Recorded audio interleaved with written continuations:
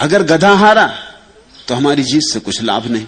लोग कहेंगे क्या जीते, गधे से जीते, और बदनामी होगी।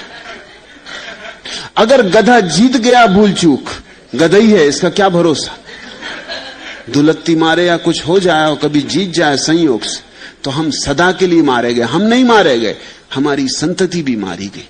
फिर सदा के लिए सिंहों का सिर झुक जाएगा। छोटे से नहीं लड़ना। मैं भी तुमसे यही कहता हूं, छोटे से मत लड़ना। लड़ना हो तो कोई बड़ा दुश्मन चुनना। जितना बड़ा दुश्मन चुनो उतना लाभ है। लड़ना हो तो धूम्रपान मत चुनना, ध्यान चुनना। लड़ो तो सिंह से लड़ो। हारे तो भी कहने को तो रहेगा कि सिंह से हारे।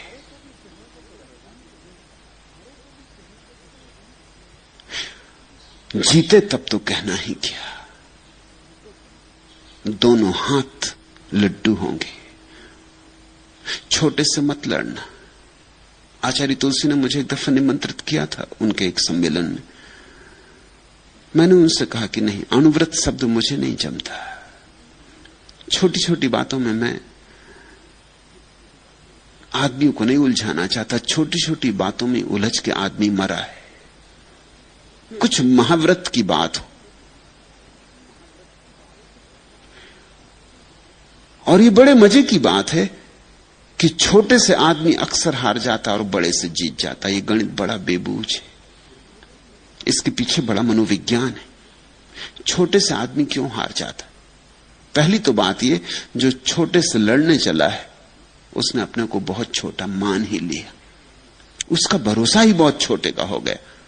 जो आदमी सिगरेट से लड़ने चला है या पान से लड़ने चला है या इसी तरह की छोटी मोटी बातों से लड़ने चला है, उसने अपनी क्षुद्रता स्वीकार कर ली। इसी स्वीकार में हार है।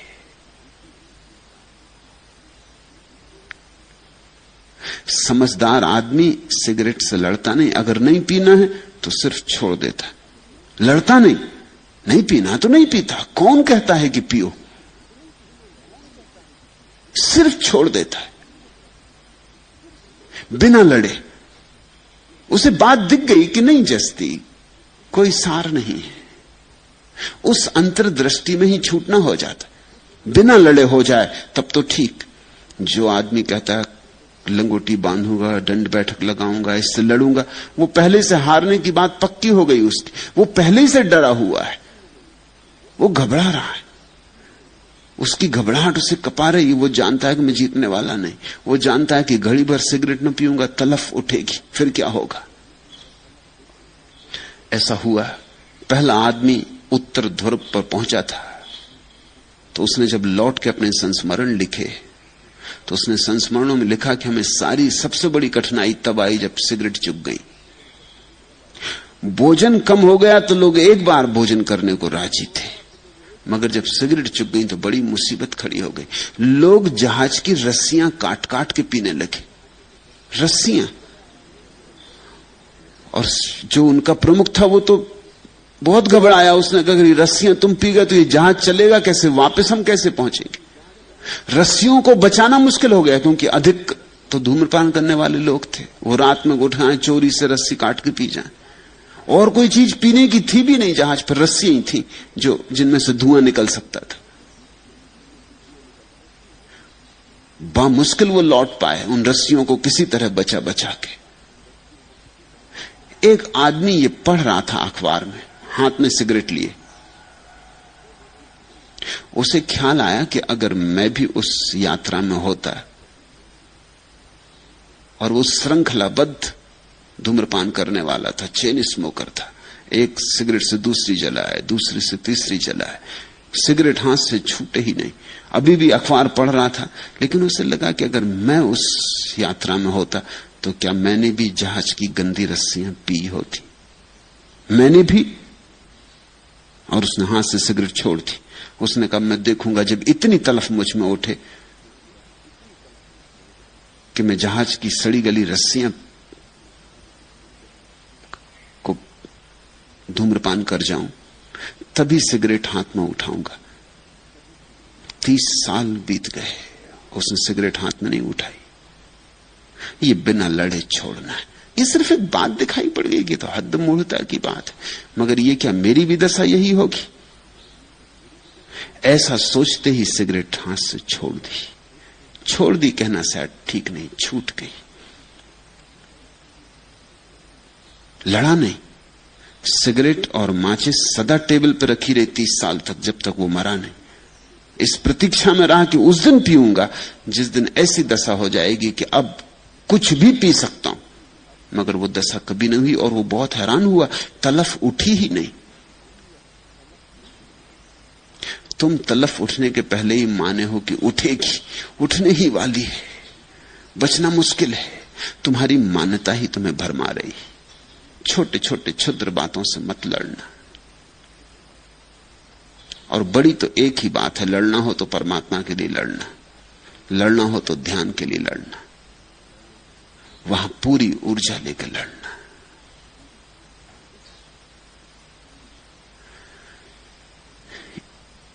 इस विराट की लड़ाई में तुम अकेले भी नहीं रहोगे। इस विराट की लड़ाई में जो भी उसको उपलब्ध हो गए, सबके आशीष तुम्हें उपलब्ध होंगे। आशीष लेकर लड़ना। क्यों आशीष लेकर लड़ना? ताकि तुम्हारे साथ बुद्ध की ऊर्जा जुड़ जाए, किसी जिन की ऊर्जा जुड़ जाए, किसी संत की ऊर्जा जुड़ जाए। किसी संत का भाग्य अपने साथ जोड़ लेना, यह आशीष का अर्थ है। जब किसी संत का भाग्य अपने भाग्य से जोड़ा जा सकता हो तो ना समझे जो ना जोड़े।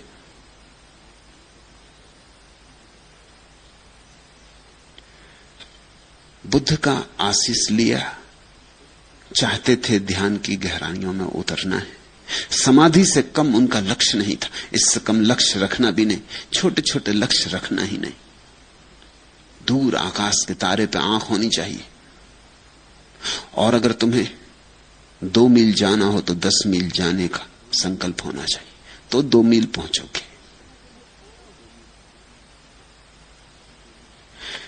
जितना तुम्हें पाना हो उससे बड़ा संकल्प रखना। अक्सर लोग उल्टा कर लेते, जाना तो चाहते हैं सूरज तक, संकल्प बड़ा छोटा सा होता है, दिए तक पहुंचने का भी नहीं होता। फिर सूरज तक कैसे पहुंचोगे? संकल्प तो आत्यंतिक होना चाहिए। जिन लोगों ने धन को चुना है संकल्प की तरह, उन्होंने बड़े क्षुद्र को चुन लिया। जिन्होंने ध्यान को चुना है उन्होंने ही ठीक चुना। चुनौती बड़ी चाहिए ताकि तुम्हारे भीतर सोई हुई शक्तियां जाग जाएं। इसलिए क्षुद्र के साथ लड़ाई में हार हो जाती, क्योंकि क्षुद्र के चुनौती में तुम्हारे भीतर सोई हुई शक्तियां जागती ही नहीं। शक्तियां जागती तभी हैं जब उनके सामने खतरा खड़ा हो जाए। बड़ी चुनौती दो। जितनी बड़ी चुनौती होगी उतना ही विराट तुम अपने भीतर जागते हुए पाओगे। चुनौती का सामना करना है, चुनौती से जूझना है। तुमने कभी ख्याल किया, अगर किसी कठिनाई के समय में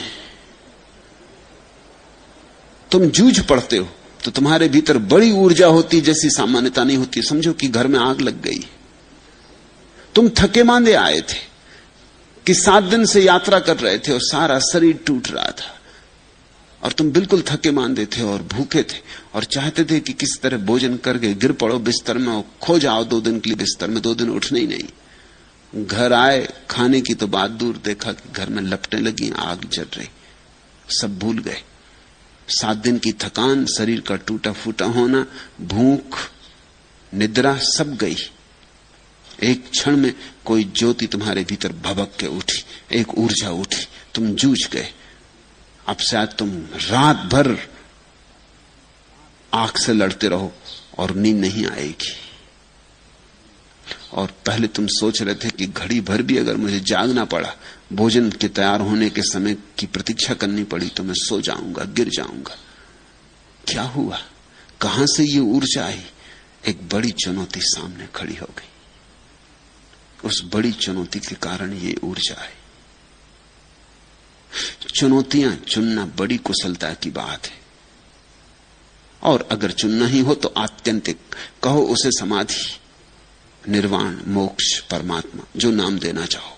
मगर जो परमात्मा को पाने की प्रबल अभिप्सा से जग खड़ा होता है, उसके भीतर सोई हुई अंतस्थल की सारी शक्तियां जगाती, उसकी जड़ें तक कब जाती, उसके भीतर जो भी छिपा है सब प्रकट हो जाता है।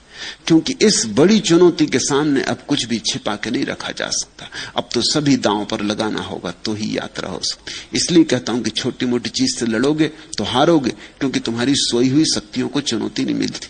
अब सिगरेट नहीं पीना, ये बात ही सुनकर कोई तुम्हारी आत्मा जागने वाली, आत्मा कहेगी कि पियो ना पियो ठीक है, क्या फर्क पड़ता है। कि नमक नहीं खाएंगे आज, कि आज भोजन में घी नहीं लेंगे, इन सब क्षुद्र बातों से कुछ भी नहीं होता।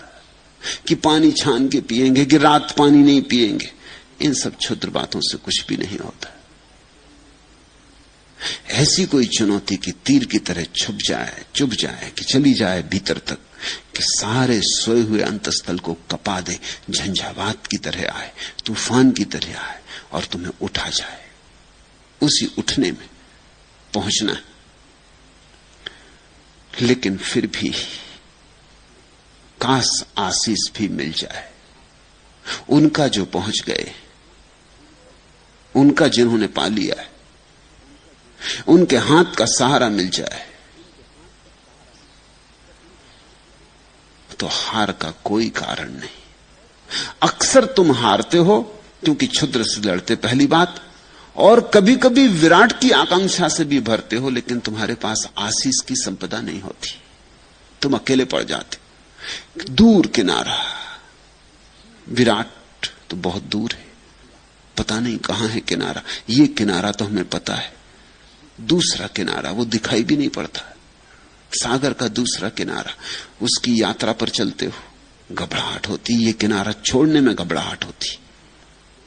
इसलिए तो जब तुम ध्यान करने बैठते हो तो विचार का किनारा नहीं छूटता, मन पकड़ पकड़ लेता है। वो मन कहता है कि जो परिचित है उसको मत छोड़ो, जिसमें परिचय है उसमें सुरक्षा है, ये जाना माना है, पहचाना है, अपना है, यहां रहे हैं जन्मों जन्मों से। तुम कहां जाते, किस किनारे की तलाश करते हो? कहीं भटक ना जाओ, कहीं सागर में डूब ना जाओ, कहीं ऐसा ना हो कि ये किनारा भी हाथ से जाए और दूसरा भी ना मिले। दूसरा है, इसका पक्का क्या है? किसने तुमसे कहा कि दूसरा किनारा है? तुमने तो नहीं जाना। कहीं ऐसा ना हो कि तुम किसी प्रवंचना में पड़ गए हो, कि किसी झूठे सपने ने तुम्हें पकड़ लिया है। मन तुम्हारी सुरक्षा के लिए कहेगा रुके रहो इसी किनारे पर, विचार के तट पर ही रुके रहो। विचार है यह किनारा, ध्यान है वह किनारा। विचार है संसार, ध्यान है परमात्मा। तो तुमने देखा, तुम ध्यान करने बैठते हो कितने विचार उठते, ज्यादा उठते, उससे ज्यादा उठते हैं जितना कि जब तुम ध्यान करने नहीं बैठते।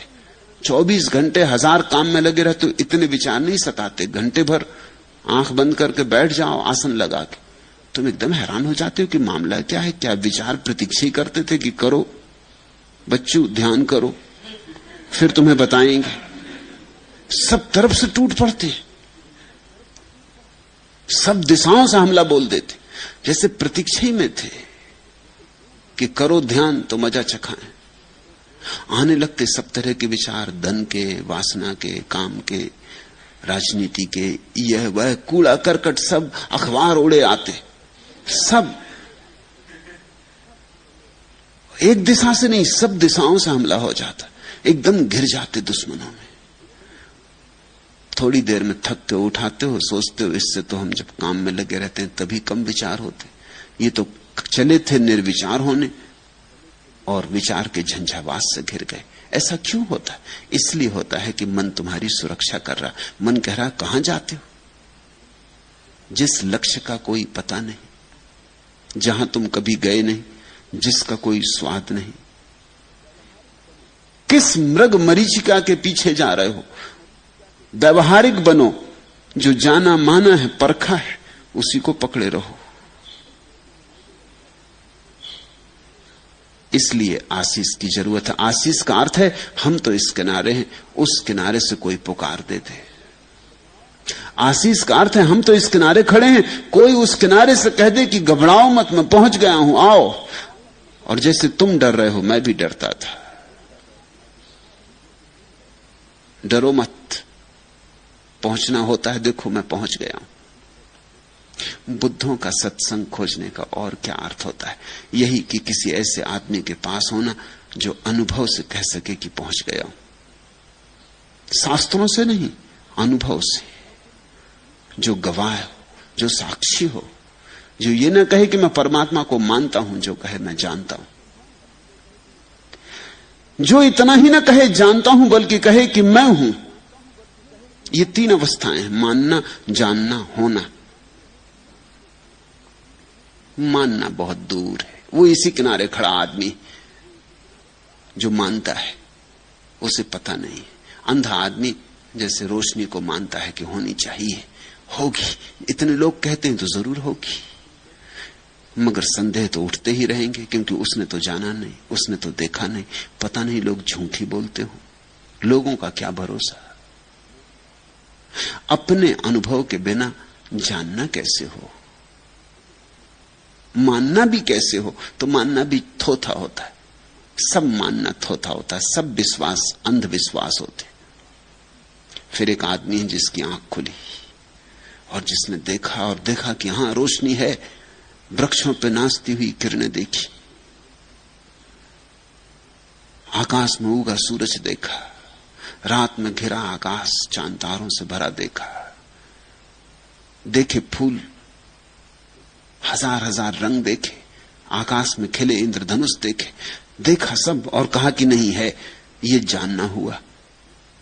इसके आगे एक और स्थिति है, जब आदमी जानता ही नहीं, आंख ही नहीं हो जाता, बल्कि रोशनी ही हो जाता, जब स्वयं प्रकाश रूप हो जाता।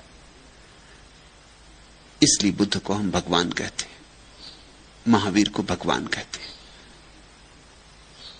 जाना ही नहीं, हो गए, जो जाना वही हो गए। जानने में थोड़ी दूरी होती, मानने में तो बहुत दूरी होती, जानने में थोड़ी दूरी होती।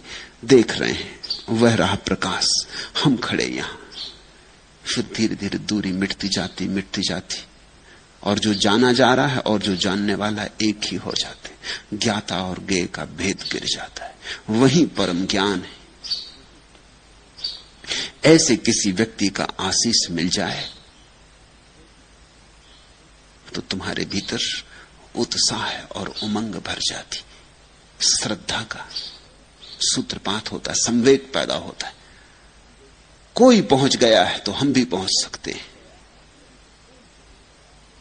कोई पहुंच गया है तो दूसरा किनारा है। इसलिए आशीष मांगने आए थे। बुद्ध जिस कुटी में रहते थे उसका नाम था गंध कुटी, बुद्ध की सुगंध के कारण। एक सुवास है आत्मा की, जैसे फूल जब खिलते हैं तो एक सुवास होती, कागज के फूलों में नहीं होती। कागज के फूल कभी खिलते ही नहीं। असली फूलों में होती सुवास, साधारण आदमी में सुवास नहीं होती। वो करीब करीब कागज का फूल है। कागज का क्योंकि उसने सब झूठ का जाल अपने चारों तरफ बना रखा है। उसने दूसरों को धोखा दिया, अपने को भी धोखा दे दिया। प्रवंचक है, मिथ्या है, झूठ ही झूठ की परतें, सच उसमें खोजे से नहीं मिलता। कितना ही खोदो, एक झूठ के बाद दूसरा झूठ, दूसरे झूठ के बाद तीसरा झूठ। कितना ही खोदो, एक मुखौटा, दूसरा मुखौटा, मुखौटे पे मुखौटे। उसके असली चेहरे का पता नहीं चलता कि असली चेहरा क्या है। और ऐसा नहीं कि तुम्हें पता नहीं चलता, उसे खुद भी पता नहीं रहा है, उसे खुद भी अपने असली चेहरे का पता नहीं। बुद्ध की परंपरा में भिक्षुओं से निरंतर कहा गया, अपने असली चेहरे की खोज करो। वह चेहरा जो जन्म के पहले तुम्हारा था और मृत्यु के बाद फिर तुम्हारा होगा, उस चेहरे की खोज करो। जो चेहरे जिंदगी ने तुम्हें दे दिए, इन चेहरों को उतार के रखो। ये सब चेहरे झूठ हैं। बच्चा पैदा हुआ तब न तो हिंदू होता, न मुसलमान, न ईसाई, न जैन, न बौद्ध। ये असली बात है। फिर उसके ऊपर एक चेहरा हमने टांग दिया कि हिंदू, ये मुसलमान, ये ईसाई। फिर हिंदू में भी ब्राह्मण की, शूद्र की, क्षत्रिय की, वैश्य। फिर ब्राह्मणों में भी कानकुब्ज ब्राह्मण कि देशस्थ की कोकणस्थ। फिर रोग पर रोग है, बीमारियों पर बीमारियां हैं। खोजते चले जाओ चेहरे पे चेहरे, इसका असली चेहरा पता ही नहीं चलेगा। जब ये पैदा हुआ था तब इसे ये भी पता नहीं था कि मैं स्त्री हूं या पुरुष। तब ये बस था, तब इसे कुछ पता नहीं था। इसका देह भाव नहीं था, सिर्फ आत्म भाव था, मैं हूं, बस इतना था। अब ये स्त्री है, पुरुष है, हिंदू है, मुसलमान है, गरीब है, अमीर है, ज्ञानी है, अज्ञानी है, साधु है, असाधु है, ये सब चेहरे, ये सब चेहरे इसने खरीदे बाजार से। स्कूलों में बिकते, कॉलेजों में बिकते, यूनिवर्सिटीज में बिकते, सब तरफ चेहरे बिकते। अब ये एमए हो गया, अब ये पीएचडी हो गया, अब ये डीलिट हो गया। यहां इस आश्रम में तुम्हें बहुत से पीएचडी बुहारी लगातू मिल जाएंगे। उन्होंने चेहरा उतार के रख दिया, तुम पहचान भी नहीं सकोगे कि पीएचडी है। बुहारी लगाते, उतार के रख दिया चेहरा। अभी एक युवती आई, मेडिसिन में पीएचडी है। मैंने उससे कहा कि तेरा क्या इरादा है? उसने कहा कि बस मुझे झाड़ू लगानी। किसी को मैं बताना भी नहीं चाहती कि मैं पीएचडी हूं मेडिसिन में, मुझे डॉक्टर नहीं बनना।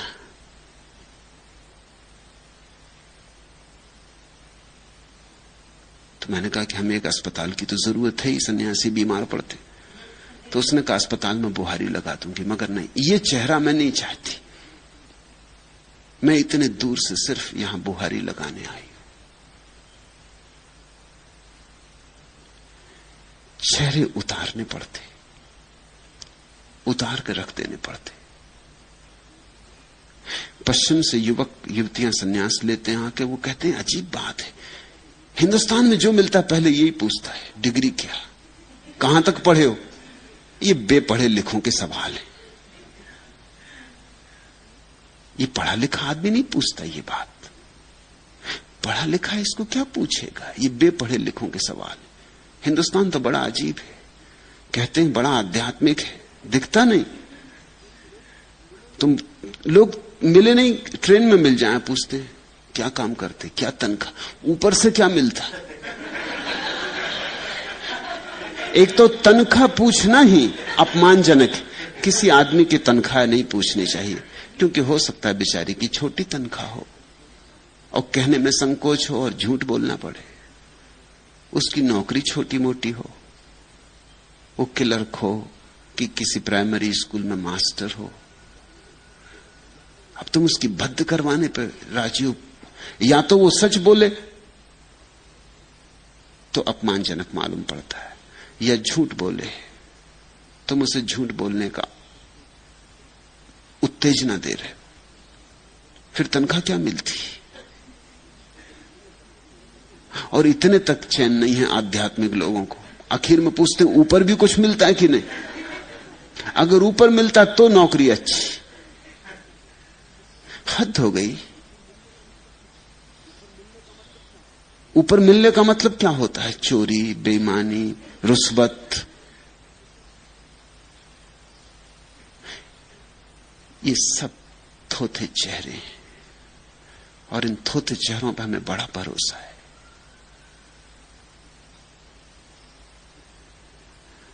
इसलिए तुम्हारी जिंदगी में सुवास नहीं, कागज के फूलों में गंध नहीं होती। तुम्हारा असली फूल तो मरा जा रहा है, तुम्हारा गुलाब का फूल तो सड़ा जा रहा है। कागज के फूलों ने चारों तरफ से उस पर घेरा डाल दिया है, उसको सांस लेने की सुविधा नहीं है। तुम्हारे गुलाब के फूल को अवसर नहीं है कि वो सांस ले ले, कि रोशनी में उठ जाए, कि पखरियां खोल दे। जगह नहीं है, अवकाश नहीं, सब स्थान कागज के फूलों ने भर दिया है। बुद्ध में गंध होती, क्योंकि बुद्ध के सब कागज फूल गिरा दिए गए, जला दिए गए। बुद्ध का अर्थ होता है जिसने अपने असली चेहरे को पा लिया। अब जो फिर वैसा हो गया जैसा निर्दोष बच्चा होता है, पहले दिन का बच्चा होता है, सिर्फ है, न कोई परिभाषा, न कोई सीमा, असीम हो गया। फिर इस सरलता में सुगंध है, सुबास है। सरलता के अतिरिक्त और कहीं सुबास नहीं, इस सहजता में सुगंध है। इसलिए बुद्ध की कुटी का नाम था गंध कुटी। वहां फूल खिला था, मनुष्यता का फूल। याद रखना, तुम भी फूल हो, चाहे अभी कली में दबे हो, या हो सकता है अभी कली भी पैदा ना हुई, अभी वृक्षों की किसी शाखा में दबे हो, या हो सकता है अभी वृक्ष भी पैदा ना हुआ हो, किसी बीज में पड़े हो, मगर तुम भी फूल हो। और अपनी सुगंध को खोजना है, और अपनी सुगंध को मुखर करना है, अपनी सुगंध को प्रकट करना है, अभिव्यंजना देनी। जो गीत तुम्हारे भीतर पड़ा है उसे गाया जाना है, और जो नाच तुम्हारे भीतर पड़ा है उसे नाचा जाना है। नाचोगे, गाओगे, खिलोगे तो ही परितृप्ति है। उस परितृप्ति में ही, उस संतोष में ही एक सुगंध है जो इन नासापुटों से नहीं पहचानी जाती। उसे पहचानने के लिए भी और नासापुट चाहिए। जैसे भीतर की आंख होती है, ऐसे भीतर के नासापुट भी होते। जरूरी नहीं कि तुम बुद्ध के पास जाओ तो तुम्हें सुगंध मिले। तुम अगर अपनी दुर्गंध से बहुत भरे हो तो शायद तुम्हें बुद्ध की सुगंध का पता भी ना चले। तुम अगर अपने शोरगुल से बहुत भरे हो तो तुम्हें बुद्ध का शून्य और संगीत उस शून्य का कैसे सुनाई पड़ेगा।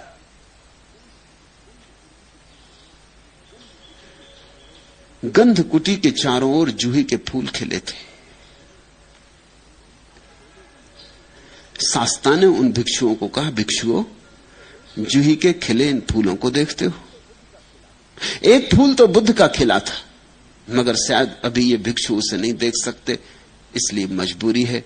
और बुद्ध को कहना पड़ा, भिक्षुओं, इन जूही के खिले फूलों को देखते हो? ये सुवासित फूल, इन पर ध्यान दो। इन फूलों में कई राज छिपे हैं। एक तो कि ऐसे ही फूल तुम हो सकते हो, ऐसी ही सुवास तुम्हारी हो सकती है। दूसरा, ये फूल सुबह खिलते हैं, सांझ मुरझा जाते। ऐसा ही ये मनुष्य का जीवन है। इसमें मोह मत लगाना। ये आया है, ये जाएगा। इस पे मुट्ठी मत बांधना। इसके साथ कृपणता का संबंध मत जोड़ना। ये तो आया है और जाएगा। जन्म के साथ ही मृत्यु का आगमन हो गया है। ये फूल अभी कितने खुश दिखाई पड़ते, सांझ मुरझा जाएंगे, गिर जाएंगे, धूल में खो जाएंगे। ऐसा ही जीवन है। जो जीवन को पकड़ना चाहता है वो सदा दुख में ही रह जाता है। जीवन को पकड़ो मत, ये पकड़ा जा नहीं सकता, बहता है बहने दो। इसे समझो, ये ध्यान की आधारशिला है। तुम्हारे जीवन का दुख क्या है? तुम्हारे जीवन का मौलिक दुख यही है कि जो रुकेगा नहीं उसे तुम रोकना चाहते हो। तुम्हारे जीवन का मौलिक दुख यही है कि जो नहीं होगा उसे तुम करना चाहते हो। जो हो ही नहीं सकता, जैसे तुम जवान हो तो तुम सदा जवान रहना चाहते हो। ये हो ही नहीं सकता तो दुखी होने वाले हो। दुख कोई तुम्हें दे नहीं रहा है, तुम अपना दुख पैदा कर रहे हो। जवान को बूढ़ा होना ही पड़ेगा। इसमें कुछ बुराई भी नहीं, प्रवाह है। जवानी का अपना सौंदर्य है, बुढ़ापे का अपना सौंदर्य। और अगर बुढ़ापा तुम्हें कुरूप दिखाई पड़ता है तो उसका एक ही कारण है कि ये बूढ़ा आदमी अभी भी जवानी को पकड़ने की कोशिश में होगा जो उसके हाथ से छूट गई। इसलिए बुढ़ापे का निश्चिंत भोग नहीं कर पा रहा है। नहीं तो बचपन का अपना सौंदर्य है, जवानी का अपना सौंदर्य, बुढ़ापे का अपना सौंदर्य। और ध्यान रखना, बुढ़ापे का सौंदर्य सबसे बड़ा सौंदर्य, क्योंकि सबसे अंत में आता है। वो फूल आखिरी है। इसलिए तो इस देश में हम बूढ़े को आदर देते। सब बूढ़े आदर के योग्य होते नहीं, इसे जान के भी देते। मान्यता भीतर यह है कि अगर कोई आदमी बचपन में पूरी तरह बचपन जिया हो और जब बचपन चला गया तो पीछे लौट के ना देखा हो, दो आंसू ना बहाए हो उसके लिए। जवानी में पूरी जवानी जिया हो और जब जवानी चली गई तो लौट के ना देखा हो, वो आदमी पूरा बुढ़ापा जिएगा। उसके बुढ़ापे में प्रज्ञा होगी, बोध होगा, समझ होगी। बच्चा तो कितना ही निर्दोष हो फिर भी अबोध होता है। उसकी निर्दोषता में एक तरह का अज्ञान होता है। उसकी निर्दोषता अज्ञान की पर्यायवाची होती। वो निर्दोष है क्योंकि अभी उसने जाना नहीं है। जवानी जिद्दी होती, जवानी सपनों से भरे हुए समय का नाम है। जवानी हजार सपने देखती है और हजार तरह की विपदाओं में पड़ती। जवानी में हजार तरह की मूढ़ताएं सुनिश्चित है। जवानी एक तरह की मूढ़ता है, एक तरह का नशा है। जवानी एक तरह की मदहोशी है। जवानी में बड़ी गति है और बड़ी त्वरा है और बड़ी ऊर्जा है, लेकिन बड़ी विक्षिप्तता भी है। बुढ़ापा में जवानी की मूढ़ता गई, विक्षिप्तता गई, पागलपन गया, जवानी का जोश खरोश गया, जवानी की उत्तेजना ज्वर गया, बचपन का अज्ञान गया। जीवन के सारे अनुभव बूढ़े को ताजा कर जाते, निखार जाते, शुद्ध कर जाते। अब न वासना के अंधड़ उठते, न बचपन का अज्ञान खिलौनों में उलझा था, न जवानी की विक्षिप्तता पद धन प्रतिष्ठा की दौड़ में महत्वाकांक्षा जगाती। एक शांति उतरनी शुरू हो जाती। बूढ़ा एक अपूर्व संतोष से भरने लगता। सब जो देखना था देख लिया, सब जो जानना था जान लिया, अब घर लौटने लगता। लेकिन हमारी तकलीफ यह है कि हम में से बहुत कम लोग बूढ़े हो पाते हैं। बूढ़े हों कैसे? जो बूढ़े हैं वो भी अभी जवानी का विचार करते रहते, बचपन का विचार करते रहते, कहते हैं अरे वो दिन गजब के थे। जो आदमी ये कहे कि जो दिन बीत गए वो गजब के थे, समझना ये आदमी बढ़ नहीं पाया, ये प्रौढ़ नहीं हुआ। क्योंकि अगर वो दिन गजब के थे तो ये दिन और गजब के होने चाहिए, क्योंकि उन्हीं गजब के दिनों के ऊपर खड़े। और जब ये दिन गजब के नहीं है तो वो दिन भी गजब के नहीं हो सकते। जब बुढ़ापे में सौंदर्य नहीं है तो जवानी कैसे सुंदर रही होगी। अगर गंगा सागर में गिरने के करीब गंगा नहीं है तो गंगोत्री में कैसे गंगा रही होगी।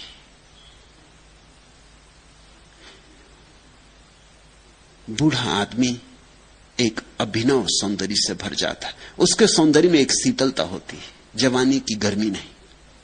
और बूढ़ा आदमी फिर सरल हो जाता है, लेकिन उसकी सरलता में बुद्धिमत्ता होती, बच्चे का अज्ञान नहीं। बुढ़ापा अद्भुत है। और जो आदमी ठीक से बूढ़ा हो गया, न पीछे लौट देखता जवानी को, न याद करता बचपन को, वो आदमी अब मृत्यु में भी उतने ही आनंद से प्रवेश कर सकेगा। क्योंकि बुढ़ापे का डर क्या है कि कहीं मैं बूढ़ा ना हो जाऊं। वो डर यही है कि बुढ़ापे के बाद फिर आखिरी कदम मौत है। तो जवान जवानी में ही रुक जाना चाहता है, सब तरह की चेष्टाएं करता है, किसी तरह पैर जमा के खड़ा हो जाऊं, ये जो नदी की धार सब बहाए ले जा रही, ये मुझे अपवाद की तरह छोड़ दे। तो दुख ही दुख होगा। सुख किसे होता है? सुख उसे होता है जिसकी जीवन से कोई मांग नहीं, जीवन जो करता है उसे स्वीकार करने का भाव है। तथाता में सुख है। जवानी तो जवानी में, बुढ़ापा तो बुढ़ापा। आज किसी का प्रेम मिला तो प्रेम, और कल प्रेम खो गया तो उतना ही शांत भाव। आज महल थे तो ठीक, कल झोपड़े आ गए तो ठीक। लेकिन दुनिया में दो तरह के मूड हैं। अगर झोपड़ा है तो वो चाहते महल होना चाहिए, अगर महल है तो वो चाहते झोपड़ा होना चाहिए। बड़ी मुश्किल। आदमी जहां है वहां राजी नहीं। अगर झोपड़ा है तो वो कहते हैं जब तक महल ना मिल जाए मैं सुखी नहीं हो सकता। और महल मिल जाए तो आदमी सोचने लगता है महलों में कहां सुख है, जब तक मैं भिखारी ना हो जाऊं सड़क का तब तक कहां सुख होने वाला है। गरीब अमीर होने की सोचता, अमीर गरीब होने की सोचता है। लेकिन तुम जो हो जहां हो उसको जीते नहीं। तुम जो हो, जिस क्षण में हो, जहां हो, जैसे हो, उस क्षण को पूरे समग्रता से जी लो। उससे अन्यथा की मांग ना करो। जब वो क्षण चला जाएगा कोई अड़चन ना होगी, नया क्षण आएगा, नए क्षण के साथ नया जीवन आएगा। तो फूलों में ये भी संदेश है, और फूलों में ये भी संदेश है कि ये जीवन सदा रहने को नहीं, आज है कल नहीं हो जाएगा। इसलिए ये यात्रा है, मंजिल नहीं। यहां घर मत बना लेना। सम्राट अकबर ने फतेहपुर सीकरी का नगर बसाया, बस तो कभी नहीं पाया। नगर बसते कहां? जब तक नगर बसा तब तक अकबर के मरने के दिन करीब आ गए, फिर जा नहीं पाया। नगर सदा से बेबसा रहा, लेकिन बनाया सुंदर नगर था, सुंदरतम नगरों में एक बनाया था।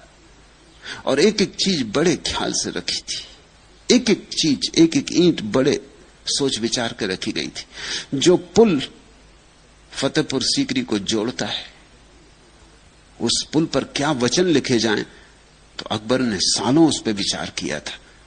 नगर द्वार पर स्वागत के लिए क्या वचन लिखे जाएं। फिर जीसस का प्रसिद्ध वचन चुना था।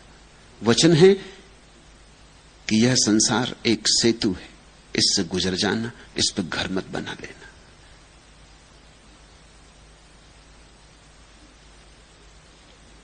फूल में यह संदेश है, यहां सब बीत जाएगा, घर मत बना लेना।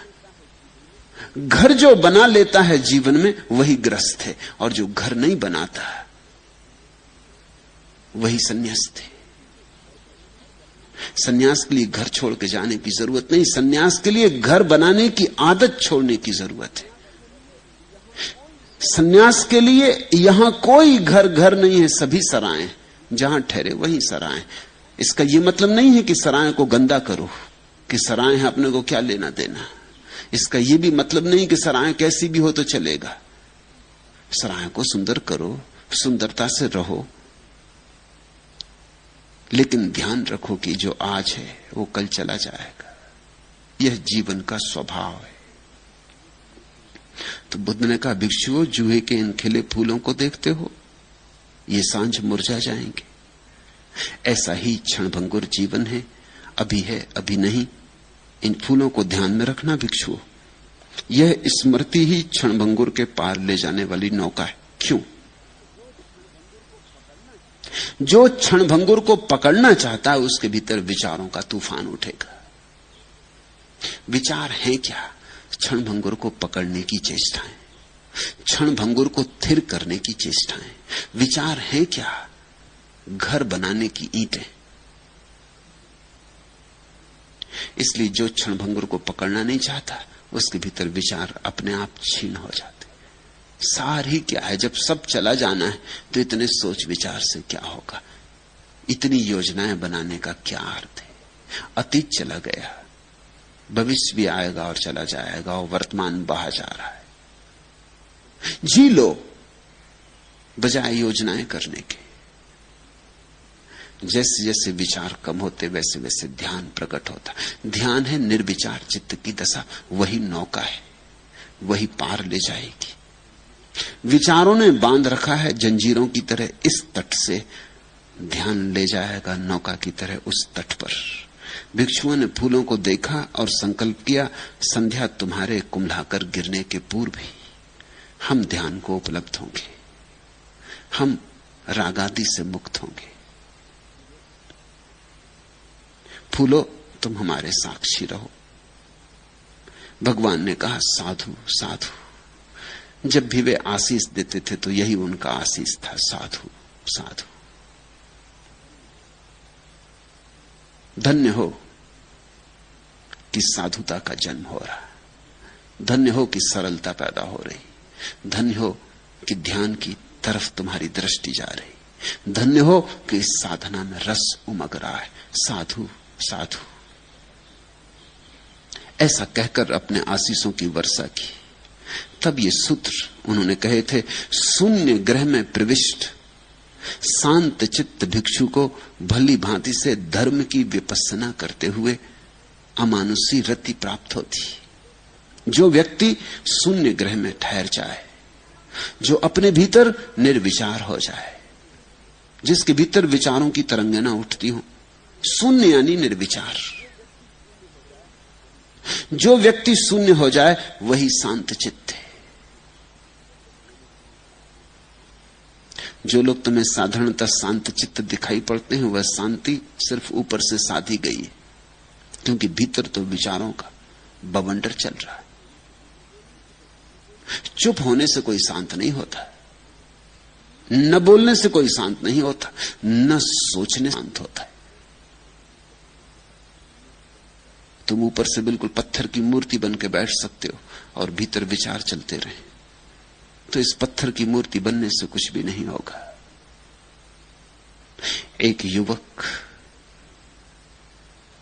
दीक्षा लेने एक सद्गुरु के पास पहुंचा, एक बौद्ध भिक्षु के पास। बौद्ध भिक्षु एक बुद्ध मंदिर में रहता था। जब वह युवक आया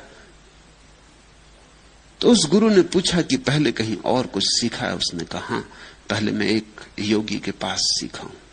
तो क्या सीखे हो? उस युवक ने जल्दी से पालथी मार ली, पद्मासन में बैठ गया, आंखें बंद कर ली। 2 मिनट तक गुरु देखता रहा। उसने कहा कि वह आंखें खोलो और रास्ता पकड़ो। उसने कहा, रास्ता पकड़ू? मैं आपके पास शिष्य होने आया हूं। उस गुरु ने कहा, यहां पत्थर की मूर्तियां इस मंदिर में बहुत है, हमें और जरूरत नहीं, इन्हीं को साफ संभाल करते बहुत झंझट हो रही। ये पद्मासन लगा के तुम बैठ गए, लेकिन भीतर तुम्हारे मैं पूरा बाजार देख रहा हूं। पद्मासन लगाने से क्या होगा? शीर्षासन लगाने से भी क्या होगा? भीतर से बाजार बंद होना चाहिए। वही एकमात्र वास्तविक आसन है। शरीर के आसनों में मत उलझ जाना। असली सवाल मन का है। वहां शून्यता होनी चाहिए तो शांत चित्त होता कोई, और जो शांत चित्त होता वही धर्म की विपස්සना कर पाता है। विपස්සना का अर्थ होता है लौट के देखना। जो पतंजलि के शास्त्र में पतंजलि ने जिसे प्रत्याहार कहा है,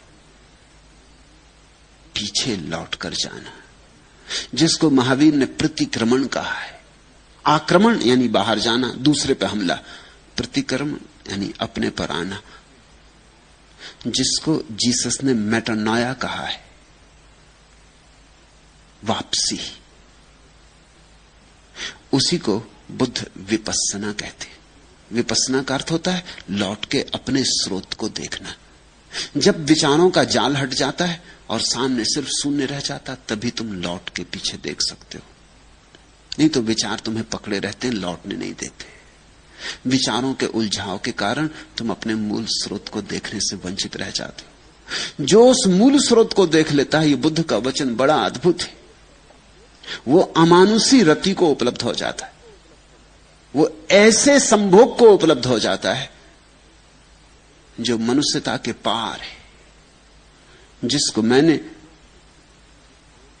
संभोग से समाधि की ओर कहा है। उसको ही बुद्ध अमानुषी रति कहते। एक तो रति है मनुष्य की, स्त्री और पुरुष की, क्षण भर को सुख मिलता है या आभास होता है कम से कम। फिर एक और रति है, जब तुम्हारी चेतना अपने ही मूल स्रोत में गिर जाती, जब तुम अपने से मिलते हो। एक तो रति है दूसरे से मिलने की, और एक रति है अपने से मिलने की। जब तुम्हारा तुमसे ही मिलना होता है, उस क्षण जो महा आनंद होता है, वही समाधि है। संभोग में समाधि की झलक है, समाधि में संभोग की पूर्णता है। जैसे जैसे भिक्षु 5 स्कंधों रूप, वेदना, संज्ञा, संस्कार और विज्ञान की उत्पत्ति और विनाश पर विचार करता है,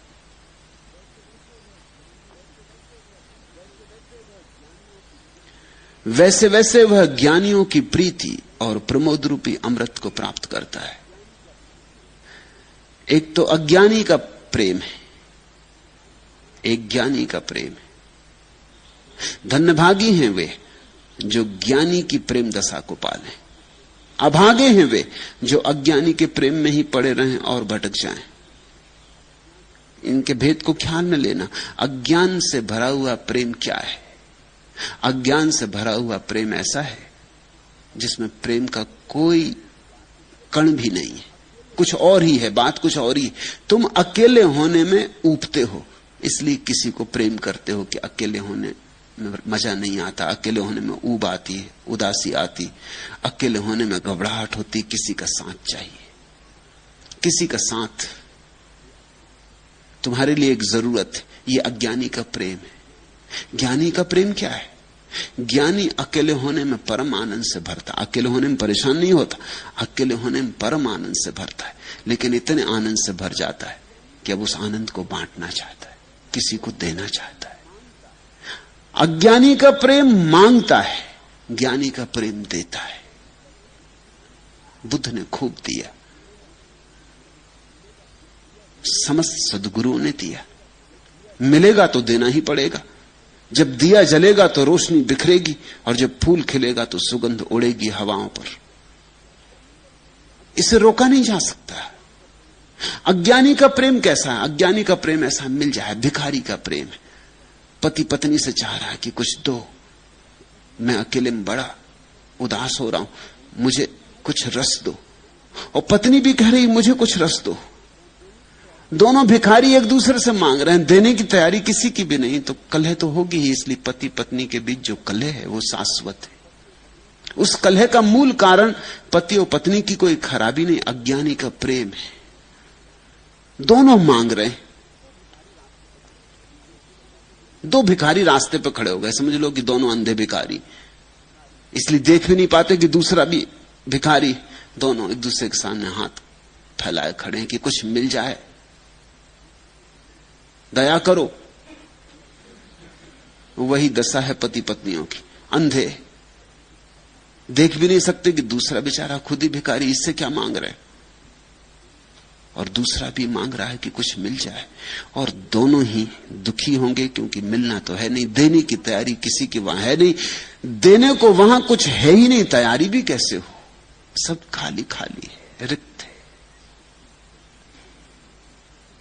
इसलिए इस जगत में सभी प्रेमी समझते हैं कि धोखा दिया गया, कि कहां से इस स्त्री की झंझट में पड़ गया। इतनी स्त्रियां थीं जिनसे मिल सकता था, किसी से नहीं मिलने वाला था। तुम उनके पतियों से तो पूछो जाके कि उनको क्या मिला। वो सोचते हैं कि शायद तुम्हारी पत्नी मिल जाती तो उन्हें कुछ मिल जाता। मैंने सुना है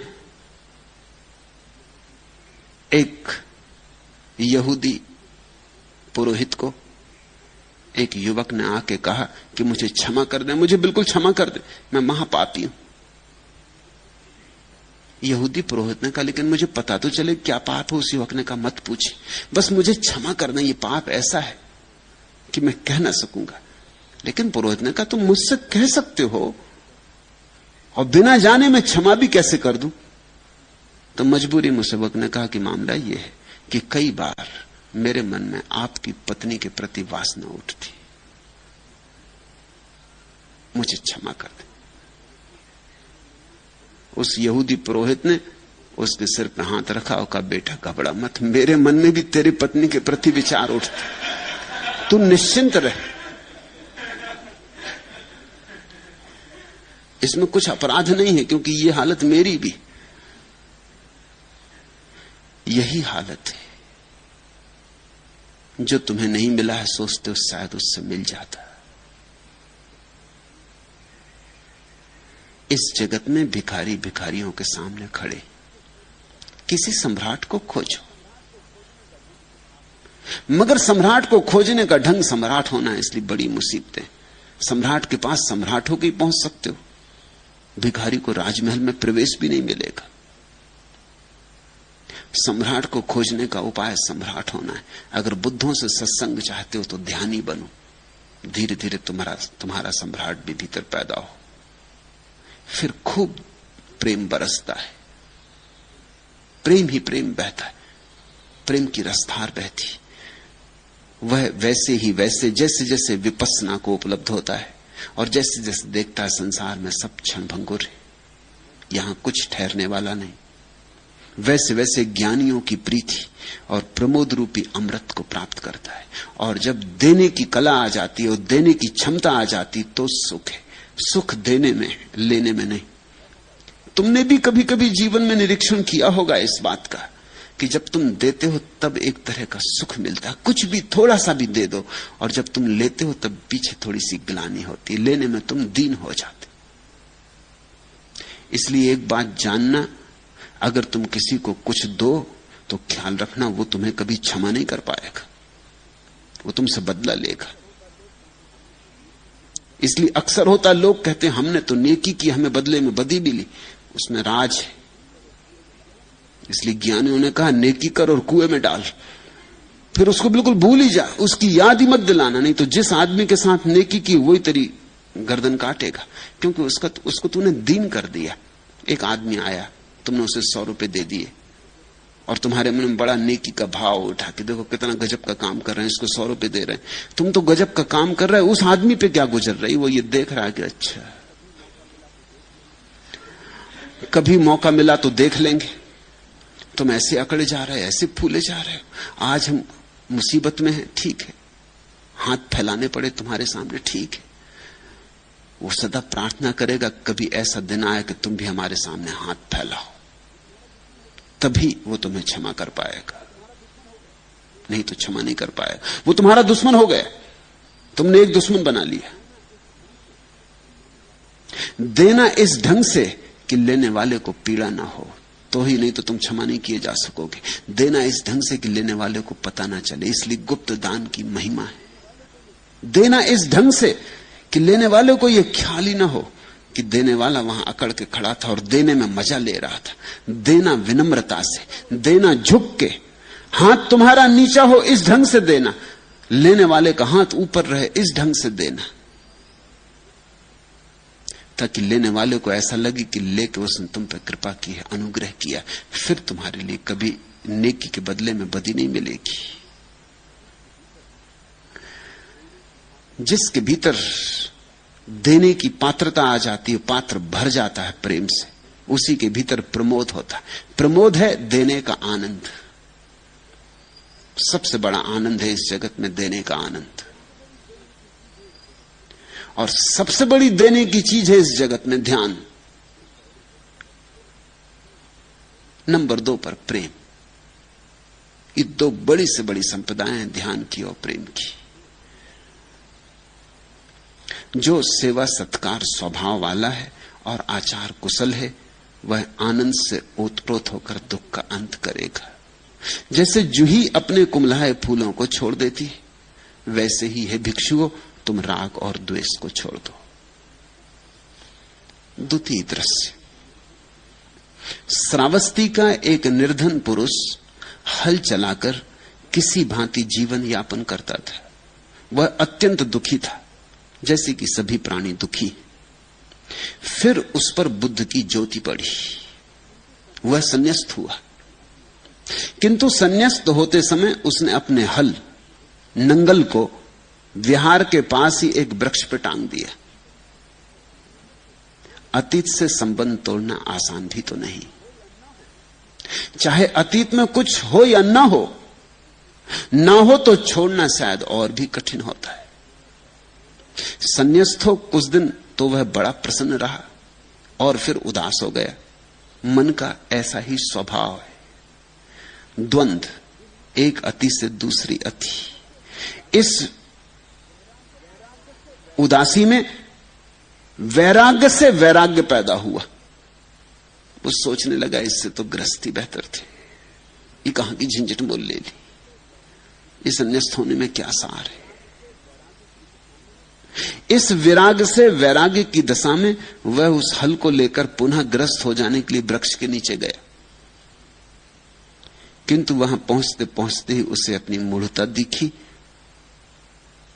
उसने खड़े होकर ध्यानपूर्वक अपनी स्थिति को निहारा कि मैं ये क्या कर रहा हूं।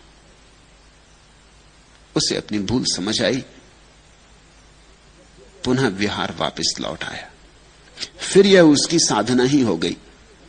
जब जब उसे उदासी उत्पन्न होती, वो वृक्ष के पास जाता, अपने हल को देखता और फिर वापस लौट आता। भिक्षुओं में उसे बार बार अपने हल नंगल को देखते और बार बार नंगल के पास जाते, उसका नाम ही नंगल कुल रख दिया। लेकिन एक दिन वह हल के दर्शन करके लौटता था कि अरहत्व को उपलब्ध हो गया, और फिर उसे किसी ने दोबारा हल दर्शन को जाते नहीं देखा। भिक्षुओं को स्वभावतः जिज्ञासा जगी, इस नंगल कुल को क्या हो गया है, अब नहीं जाता उस वृक्ष के पास, पहले तो बार बार जाता था। उन्होंने पूछा, आवुस नंगल कुल, अब तू उस वृक्ष के पास नहीं जाता, बात क्या है? नंगल कुल हंसा और बोला, जब तक आसक्ति रही अतीत से जाता था, जब तक संसर्ग रहा तब तक गया, अब वह जंजीर टूट गई, मैं अब मुक्त हूं। इसे सुन भिक्षुओं ने भगवान से कहा, बनते यह नंगल कुल झूठ बोलता है, यह अरहत्व प्राप्ति की घोषणा कर रहा है, यह कहता मैं मुक्त हूं। भगवान ने करुणा से उन भिक्षुओं की ओर देखा और कहा, भिक्षुओं, मेरा पुत्र अपने आप को उपदेश दे, प्रवजित होने के कृत्य को समाप्त कर लिया है, उसे जो पाना था उसने पा लिया और जो छोड़ना था छोड़ दिया है, वह निश्चय ही मुक्त हो गया है।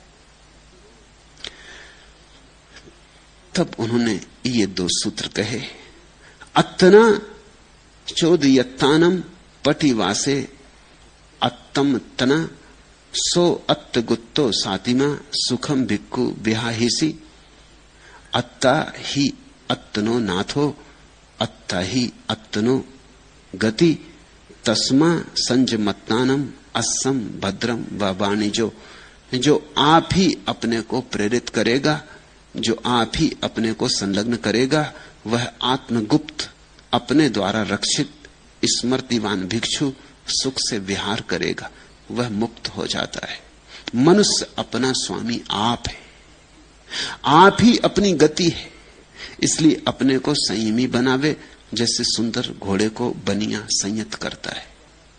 पहले दृश्य को समझ लें, प्यारा दृश्य है, एक निर्धन आदमी बुद्ध के विहार के पास ही अपना हल चला के छोटी मोटी खेती बाड़ी करता था। निर्धन था बहुत, किसी भांति जीवन यापन होता था, दो सूखी रोटी मिल जाती थी, फटे पुराने वस्त्र, नंगा नहीं था, रूखी सूखी रोटी, भूखा नहीं था, मगर जीवन में और कुछ भी न था। एक गहन बोझ की तरह जीवन को ढो रहा था। वह अत्यंत दुखी था, जैसे कि सभी प्राणी दुखी हैं। गरीब दुखी हैं, गरीबी के कारण नहीं, क्योंकि अमीर भी दुखी। जो हार गए वो दुखी हैं, हारने के कारण नहीं, क्योंकि जो जीत गए वो भी दुखी। बुद्ध कहते हैं यहां सभी दुखी हैं, मनुष्य होने में ही दुख समाया हुआ है। इसलिए तुम झूठे कारणों पर मत अटक जाना। तुम ये मत कहना कि मैं गरीब हूं इसलिए दुखी हूं, यही तो भ्रांति। तो जो आदमी सोचता है मैं गरीब हूं इसलिए दुखी हूं, तो वो अमीर होने में लग जाता है। फिर अमीर होकर एक दिन पाता है कि जिंदगी अमीर होने में बीत गई और दुखी में उतना का उतना हूं, शायद थोड़ा ज्यादा हो गया हूं। क्योंकि गरीब आदमी ज्यादा दुख भी नहीं खरीद सकता। गरीब की हैसियत कितनी, अमीर आदमी ज्यादा दुख खरीद सकता है, उसकी हैसियत ज्यादा। गरीब आदमी की दुख में भी तो क्षमता होती ना। अब एक आदमी गरीब है तो बैलगाड़ी में चलेगा, हवाई जहाज में उड़ने का दुख नहीं जान सकता, कैसे जानेगा? वो तो कोई हवाई जहाज में उड़े तब। विरला परिवार की एक महिला को कोई मेरे पास लाया, उसकी कठिनाई क्या थी? उसकी कठिनाई थी हवाई जहाज में उड़ने में उसे बड़ा भय लगता, और रेलगाड़ी में वो चल भी नहीं सकती, वो प्रतिष्ठा से नीचे है। अब ये दुख कोई गरीब कैसे जानेगा? और हवाई जहाज मोड़ने में डर लगता है, पसीना पसीना हो जाती, हृदय की धड़कन बढ़ जाती, ब्लड प्रेशर बढ़ जाता है, और रेलगाड़ी में चले कैसे? अब ये दुख कोई गरीब जान सकता? ये बहुत मुश्किल है मामला। गरीब को ये दुख कहां? गरीब झोपड़े में रहने का दुख जान सकता है, महलों में रहने का दुख अमीर ही जान सकता है, गरीब नहीं जान सकता। गरीब रूखी सूखी रोटी का दुख जानता है, अमीर सुस्वादु भोजनों का दुख जानता है। यहां मेरे पास जितने अमीर आते हैं उनके दुख अलग, अभी बड़े अलग दुख है। गरीब का लड़का शराब पिए तो पिए कहां से? नौकरी ही नहीं लगी है अभी शराब तो बड़ी आगे की मंजिल है। एक महारानी मुझसे मिलने आई कुछ दिन पहले। उनका लड़का दिन भर नशा किए पड़ा रहता और काम ही नहीं करता, कुछ उठ भी नहीं सकता बिस्तर से, इतना नशा किए रहता। महारानी का लड़का है। मैंने कहा ये योग्य भी है, कोई गरीब का लड़का नहीं। गरीब का लड़का होता तो कुछ और तरह के दुख झेलता, अमीर का लड़का है तो यही दुख झेलेगा। अब धीरे धीरे तो और तरह के ड्रग्स में पड़ गया है। शराब से अब काम नहीं चलता, शराब इतनी पी डाली है कि अब शराब से नशा नहीं होता। अब तो शराब ही बह रही उनके खून में, अब तो मच्छर भी उनको काटते होंगे तो नशा चढ़ता होगा। तो अब उसको और ड्रग्स चाहिए, एलएसडी। अब गरीब ने तो एलएसडी का नाम भी नहीं सुना, मारिजुआना। अब गरीब ने तो ये नाम भी नहीं सुना। और अब मुंह से लेने से काम नहीं चलता, अब वो अपने को खुद इंजेक्शन मारता रहता। ये आखिरी दशा है। बस उठ के सुबह से एक इंजेक्शन मार लिया, फिर पड़ गए, फिर जब होश आया फिर एक इंजेक्शन मार लिया। अब उसकी हालत खराब होती जा रही, रोज रोज खराब होती जा रही। अब महारानी मुझसे कहती थी कि क्या करूं, इसको अमेरिका ले जाऊं। मैंने कहा अमेरिका ले जाने से क्या होगा, अमेरिका तो इसका यहीं आ ही गया। अमेरिका में यही हो सकता था, ये तो इसने कर ही लिया। अब इसको वहां काहे के लिए ले जाना? नहीं, उनका चिकित्सा के लिए। ये वहां जाके और बिगड़ेगा, क्योंकि वहां और विकसित ड्रग उपलब्ध हो गए। मैंने कहा अमेरिका ले जाओ तो कैलिफोर्निया ले जाना। गरीब के दुख हैं छोटे मोटे, अमीर के दुख हैं और बड़े, क्योंकि वो ज्यादा दुख खरीद सकता है, उसका फैलाव बड़ा है। वो दुखों में चुनाव भी कर सकता है, ये दुख लें कि वो दुख लें। कौन सा दुख खरीदें? भारतीय दुख खरीदें कि विदेशी दुख खरीदें? किस तरह का दुख खरीदें? अब गरीब आदमी तो भारतीय दुख खरीद सकता है, अमीर आदमी विदेशी दुख खरीद लेता। गए पश्चिम और एक विदेशी स्त्री से विवाह कर ला, ये विदेशी दुख। ये बहुत कठिन दुख है।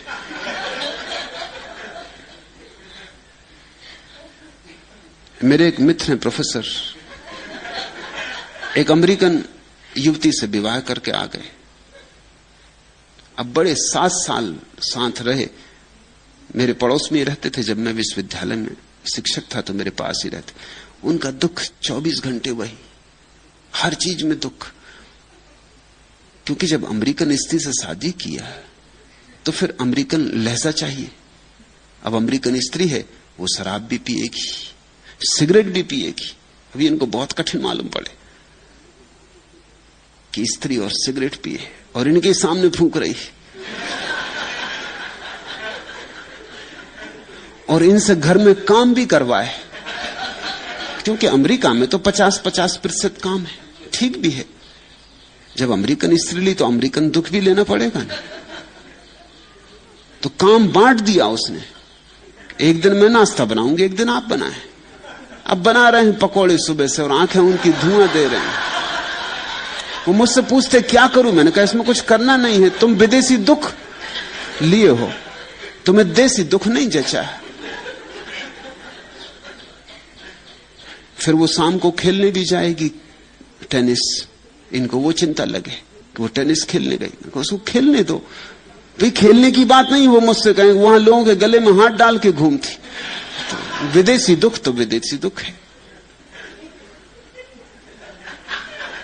कठिनाइयां हैं। गरीब अपनी सीमा में जीता, किसी तरह अमीर हो जाता तब उसको पता चलता कि तो मामला बिगड़ गया, ये कहां से कहां पहुंच गए।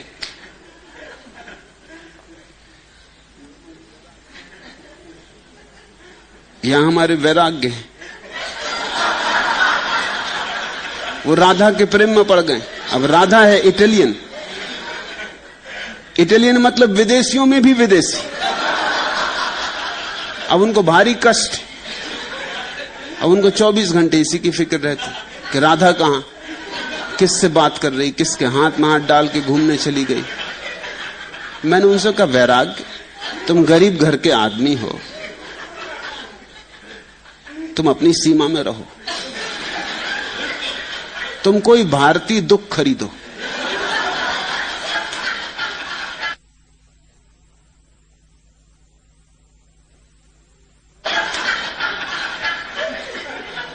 तो आदमी बड़ा दुखी था। बुद्ध कहते हैं दुखी होना ही आदमियत है, इसमें कारण मत खोजना कि यह कारण वह कारण।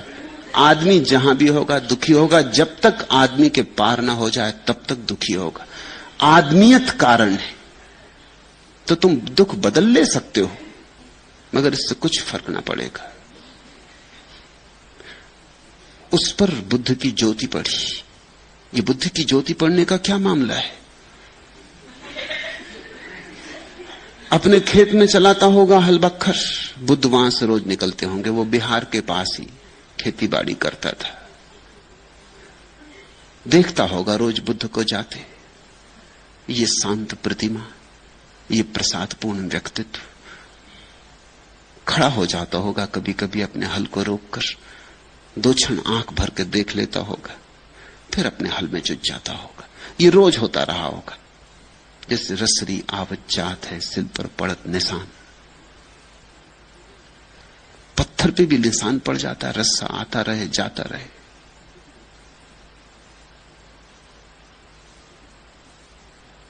करत करत अभ्यास के जड़मती होत सुजान।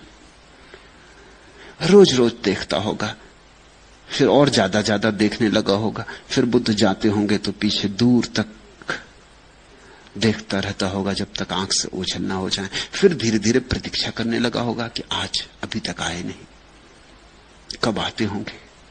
फिर किसी दिन ना आते होंगे तो तलफ लगती होगी, लगता होगा कि आज आए नहीं।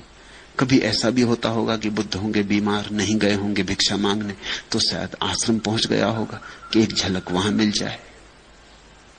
फिर बुद्ध को देखते देखते बुद्ध के और भिक्षु भी दिखाई पड़ने शुरू हुए होंगे। ये बुद्ध अकेले नहीं है, हजारों इनके भिक्षु हैं, और सब प्रफुल्लित मालूम होते, सब आनंदित मालूम होते। मैं ही एक दुख में पड़ा, मैं कब तक इस हल बखर में ही जुटा रहूंगा। ऐसे विचारों की तरंगें आने लगी होंगी। इन्हीं तरंगों में एक दिन बुद्ध की बंसी में फंस गया होगा, फिर उस पर बुद्ध की ज्योति पड़ी। एक दिन लगा होगा मेरे पास है क्या। इस आदमी के पास सब था, राजमहल थे, खोजबीन की होगी, पता लगाया होगा यह आदमी कैसा लगता, इतना प्यारा और इतना सुंदर, और है भिखारी, लगता सम्राटों का सम्राट। चाल में इसकी सम्राट का भाव है, भाव भंगिमा इसकी कुछ और है। ये होना चाहिए राजमहलों में, ये यहां क्या कर रहा आदमी। पता लगाया होगा, पता चला होगा सब था इसके पास, सब छोड़ दिया। इसको विचार उठने लगे होंगे कि मेरे पास कुछ भी नहीं, ये एक हल है, ये नंगल, बस यही मेरी संपत्ति है, और मेरे पास है क्या छोड़ने को। मैं भी क्यों ना इस आदमी की छाया बन जाऊं, मैं भी क्यों ना इसके पीछे चल पड़ूं। एक आध बूंद शायद मेरे हाथ भी लग जाए, जो इसका सागर है उसकी। और जब इतने लोग इसके पीछे चल रहे हैं और पा रहे हैं, माना कि मैं अभागा हूं, लेकिन फिर भी शायद कुछ हाथ लग जाए। धीरे धीरे रस लगा होगा, राग लगा होगा। धन्य भागी हैं वे जिनका बुद्धों से राग लग जाए, जिनको बुद्धों से प्रेम हो जाए, क्योंकि उनके जीवन का द्वार खुलने के करीब है। फिर तो एक दिन संन्यास्त हो गया, किंतु संन्यास्त होते समय उसने अपने हल नंगल को बिहार के पास ही एक वृक्ष पे टांग दिया। सोचा होगा कि क्या भरोसा, अनजान रास्ते पे जाता हूं, जचे न जचे, आज उत्साह में उमंग में हूं, कल पता चले कि सब फिजूल की बकवास है, तो अपना नंगल तो संभाल के रख दो, कभी जरूरत पड़ी तो फिर लौट आएंगे। रास्ता कायम रखा लौटने का, कि कभी अड़चन आ जाए तो ऐसा नहीं कि सब खत्म करके आ गए, फिर लौटना ही मुश्किल हो जाए। तो बिहार के पास ही एक झाड़ पर ऊपर संभाल के अपने नंगल को रख दिया। ये प्रतीक है इस बात का। इसी तरह हम अपने अतीत को संभाल के रखे रहते हैं। संन्यास्त भी हो जाते हैं तो अतीत को संभाल के रखते हैं कि लौटने के सब सेतु ना टूट जाएं। ज़ैन फकीर रिंझाई अपने गुरु के पास गया तो गुरु ने पूछा, सुन, तू संन्यास्त होना चाहता है? पहले 3-4 सवालों के जवाब दे दे। कहां से आता है? रिंझाई ने कहा, जहां से आता हूं वहां से बिल्कुल आ गया हूं, इसलिए उस संबंध में कोई जवाब नहीं दूंगा। गुरु ने पूछा, छोड़, मुझे चावलों में बहुत रस है, वहां चावल के क्या दाम है जहां से तू आता? रिंझाई ने कहा, सुने, चावल के दाम जरूर वहां कुछ है, जरूर कुछ होंगे, लेकिन मैं वहां से आ गया हूं, और जहां से मैं आ गया हूं वहां के चावलों के दाम में हिसाब में नहीं रखता, उसकी स्मृति नहीं रखता।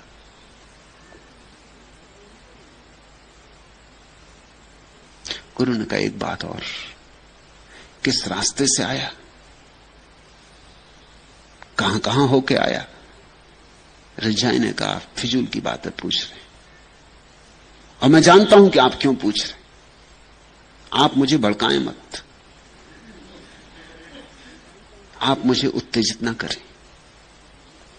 लेकिन यह मेरा नियम रहा है कि जिस पुल से गुजर गए उसे तोड़ दिया, जिस सीढ़ी को पार कर गए उसे गिरा दिया, क्योंकि लौटना कहां है, लौटना है ही नहीं, आगे जाना है। या कहा, ठीक ठीक, संन्यास्त होने के योग्य, मगर इतनी योग्यता तो कब होती, बड़े मुश्किल से होती। जो अतीत को तोड़ देता वही सन्यासी, जो अतीत में अपना घर नहीं रखता वही ग्रस्त नहीं है, जो कहता जो गया गया, अब तो जो है, जो यहां है और अभी है। तो ये कथा प्रतीक प्यारा है कि गरीब आदमी और तो कुछ था नहीं, उसके पास कोई तिजोरी नहीं थी, कोई बैंक बैलेंस नहीं था, कुछ भी नहीं था, एक नंगल था, एक हल था, उसको रख आया कि कभी जरूरत पड़े तो एकदम असहाय ना हो जाऊं। अतीत से संबंध तोड़ना बड़ा कठिन है, चाहे अतीत में कुछ हो या ना हो तो छोड़ना और भी कठिन है, क्योंकि लगता है गरीब आदमी हूं, यही तो एक संपदा है छोटी सी, यही चली गई तो फिर कुछ ना बचेगा। अमीर तो शायद कुछ छोड़ भी दे क्योंकि उसके पास और बहुत कुछ है, इतने छोड़ने से कुछ हर्जा नहीं है। अमीर शायद धन भी छोड़ दे क्योंकि वो जानता है उसके परिवार के लोग भी धनी, कल अगर लौटेगा अपना धन नहीं होगा तो भी अपने परिवार का लोगों का धन होगा। अमीर तो शायद सब छोड़ दे क्योंकि उसकी प्रतिष्ठा भी है, क्रेडिट भी है, कल अगर लौट के आएगा तो प्रतिष्ठा से भी जी लेगा, उधार भी मिल जाएगा। लेकिन गरीब आदमी, उसके पास तो हल है, 2 पैसे कोई देगा, प्रतिष्ठा तो कोई है नहीं, परिवार तो कुछ है नहीं, जिनको अपना कह सके ऐसा तो कोई है नहीं, ये एक नंगल ही बस सब कुछ है। तो इसको रख दिया उसने, यही इसका परिवार है, यही इसका धन है, यही इसकी सारी की सारी आत्मा है, उसने उसे संभाल के रख दिया। संन्यास्त हो कुछ दिन तक तो बड़ा प्रसन्न रहा, और फिर उदास हो गया। यह रोज घटता है, ये यहां भी घटता है। जब कोई आदमी संन्यास्त होता है तो बड़ी आशाओं, उमंगों, उत्साहों से भरा होता है,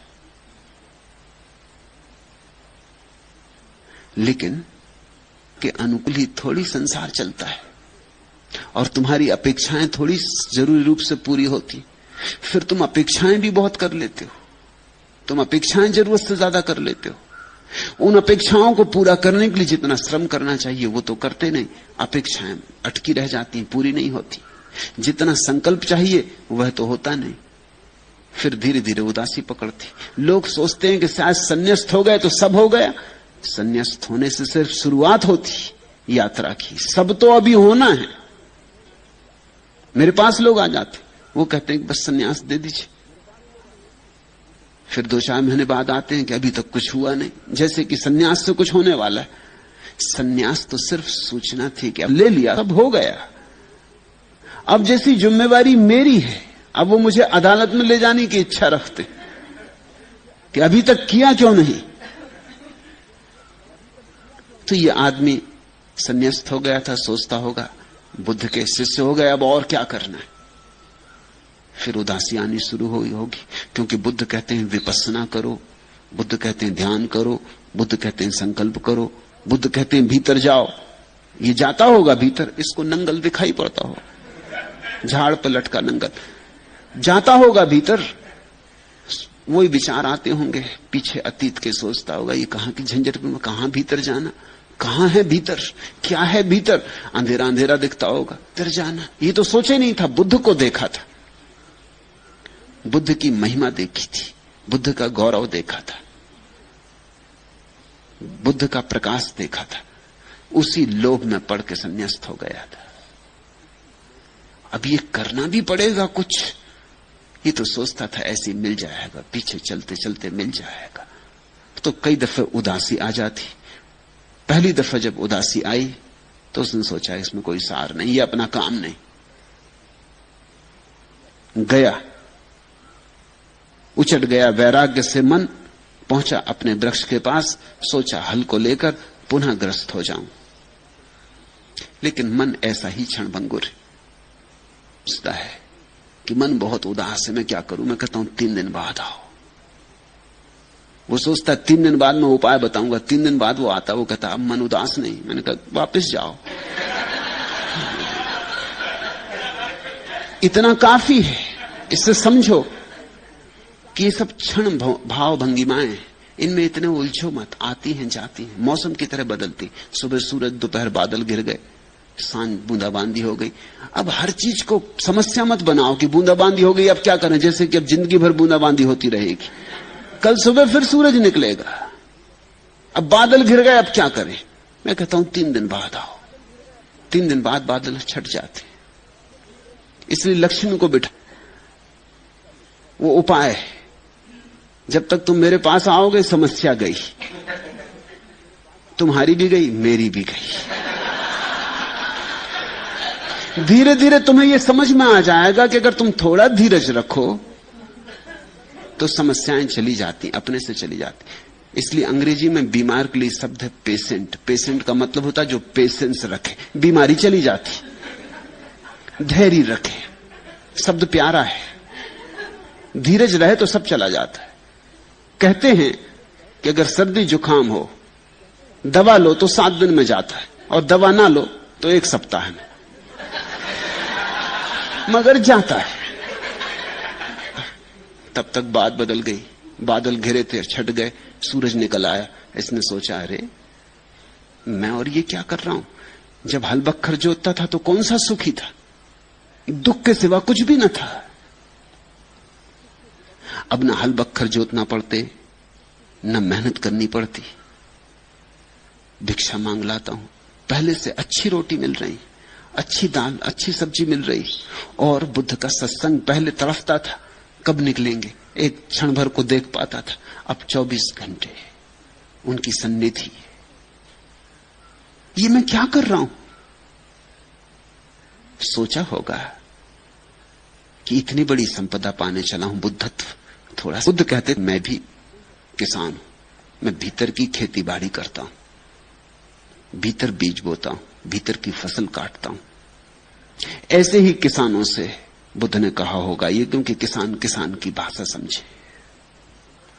सोच के कि ये तो मैं गलत कर रहा हूं, ये तो मैं व्यर्थ कर रहा हूं, ये तो मैं किस दुर्भाग्य में सोचा कि वापस लौट जाऊं। नहीं नहीं, ऐसा सोचकर विचार कर फिर दृढ़ निश्चय हो वापस लौट आया। उसे अपनी मूढ़ता देखी और पुनः सन्यास के उमंग से भर गया। फिर यह तो उसकी साधना ही हो गई, क्योंकि कोई एक दिन आ गई उदासी चली गई, ऐसा थोड़ी बादल एक दिन घिरे और चले गए। बार बार घिरे, बार देखा अपने नंगल को, उस नंगल को देख के उसके अपने पुराने दिन सब साफ हो जाते कि वहीं कौन सा सुख था, महानरक भोग रहे थे। उससे अब हालत बेहतर है, अब चीजें सुधर रही और धीरे धीरे शांति भी उतरती, और कभी कभी मन सन्नाटे से भी भर जाता है। और कभी कभी बुद्ध जिस सुनने की बात करते हैं उसकी थोड़ी सी झलक, हवा का एक झकोरा सा आता है।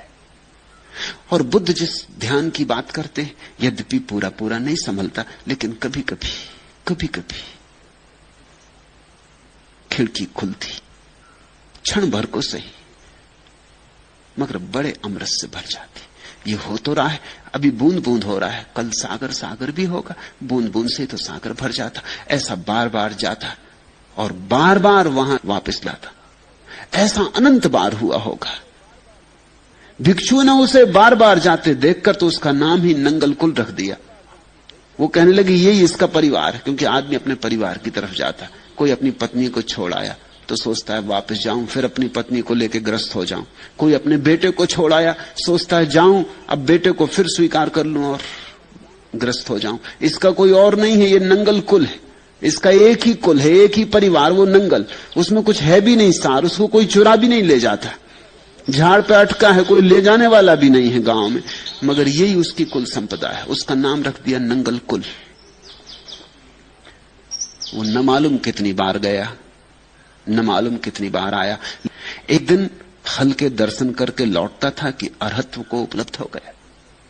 पकती गई बात, पकती गई बात, पकती गई बात, एक दिन फल टपक गया। एक दिन लौटता था नंगल को देखकर और बात स्पष्ट हो गई। अतीत गया, वर्तमान का उदय हो गया। अरहत्व का अर्थ होता है चेतना वर्तमान में आ गई, अतीत का सब जाल छूट गया, सब झंझट छूट गई। यही क्षण सब कुछ हो गया। इस क्षण में चेतना निर्विचार होकर प्रज्वलित होकर जल उठी और फिर उसे किसी ने दोबारा नंगल को देखने जाते नहीं देखा। स्वभावतः भिक्षुओं को जिज्ञासा उठी, पूछा आप उस नंगल कुल? जब तक संसर्ग रहा तब तक गया, अब तो नाता टूट गया। अब न मैं नंगल का न नंगल मेरा, अब तो मेरा कुछ भी नहीं, अब तो मेरे भीतर मैं भी नहीं, अब तो जंजीरें टूट गई, अब तो मैं मुक्त हूं। लेकिन भिक्षुओं को ये बात सुन के जची नहीं। जची इसलिए भी नहीं कि कोई पसंद नहीं करता ये कि हमसे पहले कोई दूसरा मुक्त हो जाए, हमसे पहले और ये नंगल कुल हो गया। ये तो गया बीता था, आखिरी था। इसको तो लोग जानते थे कि है ये गांव का गरीब, यहीं खेती बाड़ी करता रहा, फिर सन्यासी भी हो गया तो कोई बड़ा सन्यासी नहीं, वो नंगल कुल। बार बार मैं मुक्त हो गया।